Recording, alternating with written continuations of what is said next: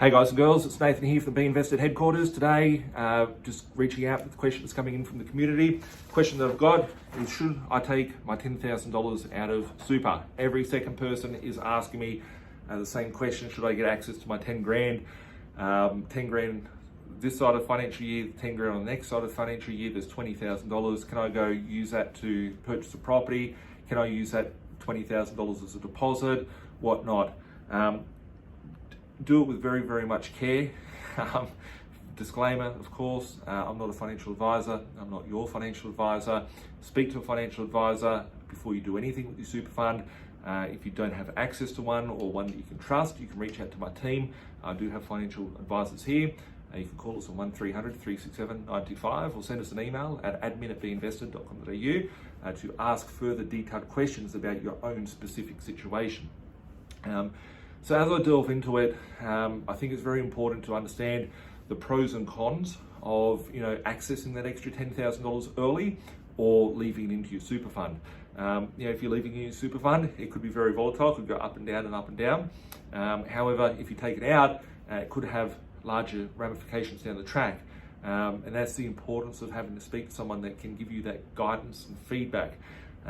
What I am seeing out there in the marketplace, I personally have a self-managed super fund. I control the funds that are inside my own super account.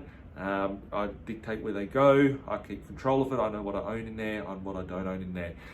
Being in a normal sort of industry super fund, where's your money? The question you need to be asking, whoever it is that's looking after your super fund, is who looks after your super fund? Who is the person? What are they investing your money into? What is the growth rate? How do they minimize the risk before Corona, before the GFT, to be able to help you out and minimize that impact? How much money did you lose in February 2020? These are all good sort of questions to ask of how your super fund is performing. In reality, the biggest downfall that I'm seeing out there at the moment is that a lot of people did go out and access their money because they're thinking, shit, I can go get 10 grand now, 10 grand later, that's $20,000. I can use that $20,000 to go and put in my pocket and then go and purchase a property and use it as a deposit. Biggest problem that I'm seeing is that banks are seeing those funds come through in your bank statements and the banks are rejecting the loan. So a lot of people think that they can pull their money out of their super fund, use it as a deposit. In theory, it sounds great. However, it is having a big ramification when it comes to finance and obtaining finance. So on that note, if you are thinking of pulling money out of your super fund for whatever reason that may be, firstly, give us a buzz, have a chat to my financial advisors, see if it is something that's best placed for you or not. Second of all, if you're pulling that funds out in order to buy a investment property, understand how it will affect you on a financing front. Before you pull that money out, make sure you speak to us. So you can reach my office, ask to speak to one of my guys at Singer Finance, and see if it will have an impact. Everybody's position is different.